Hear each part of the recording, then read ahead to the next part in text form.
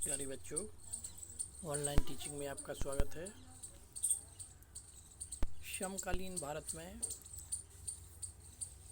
Second chapter है one एवं वन्य जीव संसाधन। वन एवं वन्य जीव संसाधन, इसके बारे में आज हम अध्ययन करेंगे।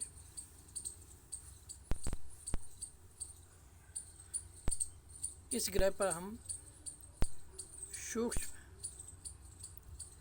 जीवाणुओं और बैक्टीरिया, जोंक से लेकर वट वृक्ष यानी सबसे छोटे से छोटे जीव और बड़े से बड़े यानी वृक्ष की तरफ हम चर्चा करेंगे। हाथी और व्हेल तक, यानी व्हेल सबसे बड़ा जीव होता है, करोड़ों दूसरे जीवधारियों के साथ रहते हैं। यह पूरा आवासीय स्थल जिस पर हम रहते हैं अत्यधिक जैव विविधताओं से भरा हुआ है। यानी कई प्रकार के जीव यहाँ पर निवास करते हैं। उनमें आपस में विविधता भी है, विभिन्नता भी है। मानव और दूसरे जीवधारी एक जटिल पारिस्थितिकी तंत्र का निर्माण करते हैं जिसका हम मात्र एक हिस्सा हैं।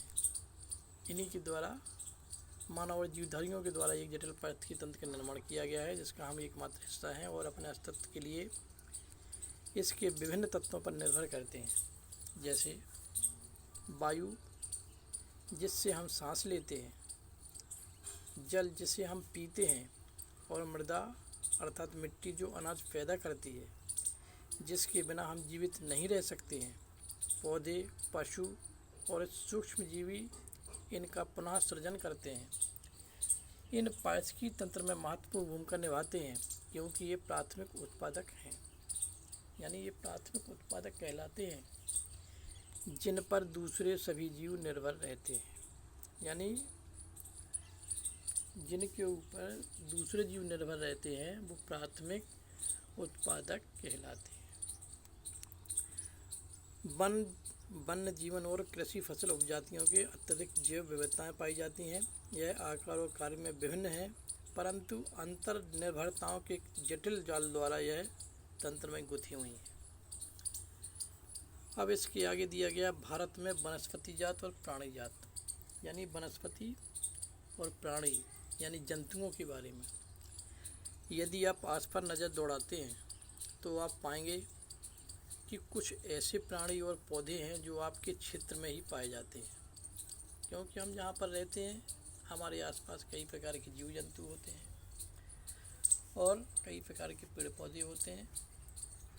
वास्तव में भारत जैव विविधता के संदर्भ में विश्व के सबसे समृद्ध देशों में से एक है। यहाँ विश्व की सारी जैव उपजातियों की 8% संख्या लगभग 16 लाख पाई जाती है। ये अभी खोजी जाने वाली उपजातियों से 2 या 3 गुना है।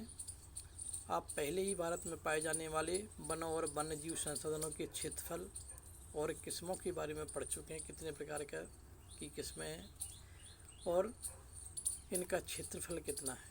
आपने सोचा होगा कि इन संसाधनों का आपके दैनिक जीवन में क्या महत्व है।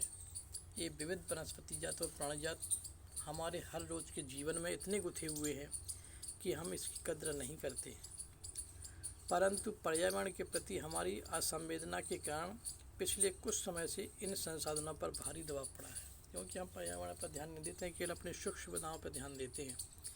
जब इन पर ध्यान देते हैं तो इसका पर्यावरण पर विशेष प्रभाव पड़ेगा, विपरीत प्रभाव पड़ेगा, जिससे यानी इन संसाधनों पर भारी दबाव भी बढ़ेगा। कुछ अनुमान यह कहते हैं कि भारत में 10% वन्य वनस्पति जात, वन्य का मतलब होता है वन में रहने वाली वनस्पतियाँ, और 20% स्तनधारियों को लुप्त होने का खतरा है। यानी ये वनस्पतियाँ भी खत्म होने वाली हैं और 20% स्तनधारी, ऐसा खतरा मंडरा रहा है कि वो यानी लुप्त होने के कगार पर हैं। जो पहले जीवधारी थे वो अब नहीं हैं, धीरे धीरे खत्म होते जा रहे हैं। इनमें से कई उपजातियाँ तो नाजुक अवस्था में हैं और लुप्त होने के कगार पर हैं। इनमें चीता, गुलाबी सिर वाली बतख, पहाड़ी कोयल, और जंगली चित्तीदार उल्लू और मधुका इनसिग्निस जो महुआ की जंगली किस्म कहलाती है, और हुबरड़िया हेप्टान्यूरॉन जो घास की एक प्रजाति है, जैसे पौधे शामिल हैं। वास्तव में कोई भी नहीं बता सकता कि अब तक कितनी प्रजातियां लुप्त हो चुकी हैं। आज हमारा ध्यान अधिक बड़े और दिखाई देने वाले प्राणियों और पौधों के लुप्त होने पर अधिक केंद्रित है, परंतु छोटे प्राणी जैसे कीट और पौधे भी महत्वपूर्ण होते हैं। उनका भी हमारे दैनिक जीवन में महत्व है, उनके भी यानी हमारे वातावरण में होना आवश्यक है। इस तरह से हम उनके बारे में ज़्यादा जानकारी नहीं रखते हैं। लुप्त होने वाले वन, क्योंकि वनस्पतियाँ भी लुप्त होती जा रही हैं और इसके साथ साथ जीवधारी भी लुप्त होते जा रहे हैं। भारत में जिस पैमाने पर वन कटाई हो रही है, क्योंकि जब वनों की संख्या अधिक रहेगी तो जीवधारी भी नष्ट नहीं होंगे, उनके रहने के लिए खाने के लिए व्यवस्था रहेगी, तो किसी भी प्रकार की कोई दिक्कत नहीं रहेगी। इस तरह से वन की कटाई लगातार होती जा रही है, वह विचलित कर देने वाली बात है। देश में वन आवरण के अंतर्गत अनुमानित 79.42 यानी लगभग 80 मिलियन हेक्टेयर क्षेत्रफल है। यह देश के कुल भौगोलिक क्षेत्रफल का 24.16% हिस्सा है। जो भी हमारा भौगोलिक क्षेत्रफल है उसका 24% यानी ये हिस्सा है। अब इसमें सघन वन जो 12% हैं, खुला वन जो 10% है और मैंग्रोव जो मात्र 0.14% है। स्टेट ऑफ फॉरेस्ट रिपोर्ट 2015 के अनुसार यानी इसके बारे में बताया गया है। आओ हम विभिन्न प्रकार के पौधे और प्राणियों की जातियों के बारे में पता लगाते हैं कि हम विभिन्न प्रकार के पौधे और प्राणी हैं, इनके बारे में हम पता लगाएं। अंतर्राष्ट्रीय प्राकृतिक संरक्षण और प्राकृतिक संसाधन संरक्षण संघ जो इसका IUCN इस संघ बना हुआ है के अनुसार इनको निम्नलिखित श्रेणियों में विभाजित किया जा सकता है। सबसे पहले तो दी गई हैं सामान्य जातियाँ। ये वे जातियाँ हैं जिनकी संख्या जीवित रहने के लिए सामान्य मानी जाती है, जैसे पशु, साल, चीड़ और कृंतक, यानी इस सामान्य जातियों के अंतर्गत आते हैं। संकटग्रस्त जातियाँ जिनके लिए यानी संकट है कि वे कब समाप्त हो जाएं, ये वे जातियाँ होती हैं जिनके लुप्त होने का खतरा है। जिन विषम परिस्थितियों के कारण इनकी संख्या कम हुई है, यदि वे जारी रहती हैं तो इन जातियों का जीवित रहना कठिन है, जैसे काला हिरण, मगरमच्छ, भारतीय जंगली गधा, गैंडा, शेर पूंछ वाला बंदर, संगाई जो मणिपुरी हिरण कहलाती है, इत्यादि इस प्रकार की जातियों के उदाहरण हैं। यानी ये जातियाँ यानी संकटकालीन स्थिति में हैं, कब यानी ये समाप्त हो जाएं, यानी कुल मिलाकर के लुप्त होने की कगार पर ये है। सुभेद जातियाँ, ये वे जातियाँ हैं जिनकी संख्या घट रही है। ऐसा नहीं है कि बिल्कुल लुप्त हो जाए, धीरे धीरे घटते घटते एक समय ऐसा आता है कि वो जातियाँ नष्ट हो जाती हैं यानी लुप्त हो जाती हैं। यदि इनकी संख्या पर विपरीत प्रभाव डालने वाली परिस्थितियाँ नहीं बदली जाती हैं और इनकी संख्या घटती रहती है तो यह संकटग्रस्त जातियों की श्रेणी में शामिल हो जाती हैं, जैसे नीली भेड़, एशियाई हाथी, गंगा नदी की डॉल्फिन इत्यादि इस प्रकार की जातियों के उदाहरण हैं।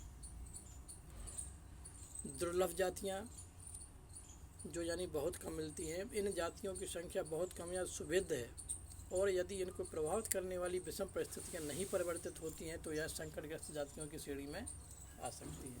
यानी कभी कभी कहीं कहीं पर ये मिलती हैं इस प्रकार की जातियाँ, जो दुर्लभ जातियाँ कहलाती हैं। यदि इनकी विपरीत विषम परिस्थिति हो जाती है या विषम परिस्थितियों में यानी क्या होता है, ये संकटकालीन श्रेणी में चली जाती हैं, यानी एक समय ऐसा आएगा कि ये भी जातियाँ लुप्त हो जाएंगी। स्थानिक जातियाँ प्राकृतिक या भौगोलिक सीमाओं से अलग विशेष क्षेत्र में पाई जाने वाली जातियाँ। अंडमानी टील, निकोबारी कबूतर, अंडमान निकोबार द्वीप समूह की बातें हैं ये, अंडमानी जंगली शुअर और अरुणाचल के मिथुन इन जातियों के उदाहरण हैं। ये स्थानिक जानी ये उन्हीं स्थानों पर रहती हैं, ये दूसरी किसी स्थानों पर नहीं रहती हैं, प्राकृतिक और भौगोलिक सीमा पर ये पाई जाती हैं। लुप्त जातियाँ, जो जातियाँ लुप्त हो चुकी हैं, ये वे जातियाँ हैं इनके रहने के आवासों में खोज करने पर अनुपस्थिति पाई जाती है। जब इनके आवास जहाँ पर ये रहती हैं जातियाँ, जब उनको वहाँ पर देखा जाता है तो वहाँ पर कोई नहीं मिलता है, अर्थात अनुपस्थित पाई जाती हैं, जो लुप्त जातियाँ कहलाती हैं। ये उपजातियाँ स्थानिक क्षेत्र, प्रदेश, देश, महाद्वीप या पूरी पृथ्वी से भी लुप्त हो चुकी हैं। ऐसी उपजातियों में एशियाई चीता, गुलाबी सिर वाली बतख शामिल है। यानी ये जातियाँ लुप्त हो चुकी हैं कुल मिलाकर के। अब ये देखने को नहीं मिलेंगी तो अभी कैसी परिस्थिति बनेगी कि ये कभी हम देख पाएंगे, कभी नहीं देख पाएंगे, लुप्त ही हो चुकी हैं। अब बात आती है एशियाई चीता कहाँ चला गया, यानी जब ये दिखाई नहीं देता है तो आखिर चला कहाँ गया है। भूमि पर रहने वाला दुनिया का सबसे तेज स्तनधारी प्राणी चीता बिल्ली परिवार का एक अजूबा और विशिष्ट सदस्य है, जो 112 किलोमीटर प्रति घंटा की गति से दौड़ सकता है। सबसे तीव्र गति से दौड़ता है ये। लोगों को आमतौर पर भ्रम रहता है कि चीता एक तेंदुआ होता है। चीते की विशेष पहचान उसकी आँख के कोने से मुंह तक नाक के दोनों ओर फैली आंसुओं के लकीरनुमा निशान है। 20वीं शताब्दी से पहले चीते अफ्रीका और एशिया में दूर दूर तक फैले हुए थे, परंतु इसके आवासीय क्षेत्र और शिकार की उपलब्धता कम होने से ये लगभग लुप्त हो चुके हैं। भारत में तो यह जाति बहुत पहले यानी 1952 में लुप्त घोषित कर दी गई थी। यानी इसके पहले कब समाप्त हो गई है, बहुत समय पहले समाप्त हो गई होगी, या 10-20 साल यानी दिखाई नहीं दिए तो उस जाति को लुप्त मान लिया गया है। तो इस तरह से ये इसमें शामिल है। वे प्रतिकूल कारक कौन से हैं जिनसे वनस्पति जात, प्राणी जात का ऐसा भयानक ह्रास हुआ है, जिससे यानी ये जातियाँ नष्ट होती जा रही हैं। आखिर ऐसा कौन सा कारक है? यदि आप चारों ओर नज़र दौड़ाते हैं तो आप पाएंगे कि किस प्रकार हमने प्रकृति को संसाधनों में परिवर्तित कर दिया है। हमें लकड़ी, छाल, पत्ते, रबड़, दवाइयाँ, भोजन, ईंधन, चारा, खाद इत्यादि प्रत्यक्ष अथवा परोक्ष रूप से वनों और वन्य जीवन से प्राप्त होता है। इसलिए हम ही हैं जिन्होंने वन और वन्य जीवन को नुकसान पहुंचाया है, अर्थात मनुष्य ही है। भारत में वनों को सबसे बड़ा नुकसान उपनिवेश काल में रेल लाइन, कृषि, व्यवसाय, वाणिज्य वानिकी और खनन क्रियाओं से हुआ है। स्वतंत्रता प्राप्ति के बाद भी वन संसाधनों के सिकुड़ने से कृषि का फैलाव महत्वपूर्ण कारकों में से एक रहा है। भारत में वन सर्वेक्षण के अनुसार 1951 और 1980 के बीच लगभग 26,200 वर्ग किलोमीटर वन क्षेत्र कृषि भूमि में परिवर्तित कर दिया गया था। जो वन क्षेत्र था उसमें यानी खेती की जाने लगी थी। अधिकतर जनजातीय क्षेत्रों विशेषकर पूर्वोत्तर मध्य भारत में स्थानीय जिसे झूम खेती कहा जाता था अथवा स्लैश और वर्ण खेती के चलते वनों की कटाई या निम्नीकरण हुआ है। तो यानी जो झूम खेती की जाती थी आज यहाँ की जा रही है, कल दूसरी जगह की जाएगी। यानी कल का मतलब अगले साल, लगातार 2-3 साल कर ली, फिर इसके बाद में दूसरी जगह की जाती थी और उस क्षेत्र को वहीं पर खुला छोड़ दिया जाता था, लोग वहाँ से चले जाते थे। बड़ी विकास परियोजनाओं ने वनों को बहुत नुकसान पहुँचाया है। 1952 से नदी घाटी परियोजनाओं के कारण 5,000 वर्ग किलोमीटर से अधिक वन क्षेत्र को साफ करना पड़ा था। यह प्रक्रिया अभी भी जारी है और मध्य प्रदेश में 4 लाख हेक्टेयर से अधिक वन क्षेत्र नर्मदा सागर परियोजना के पूर्ण हो जाने से जलमग्न हो जाएगा। वनों की बर्बादी में खनन ने तो महत्वपूर्ण भूमिका निभाई ही है। पश्चिम बंगाल में बक्सा टाइगर रिजर्व डोलोमाइट के खनन के कारण गंभीर खतरे में है। इसने कई प्रजातियों के प्राकृतिक आवासों को नुकसान पहुंचाया है और कई जातियों, जिनमें भारतीय हाथी भी शामिल है, कि आवागमन मार्ग को बाधित भी किया है।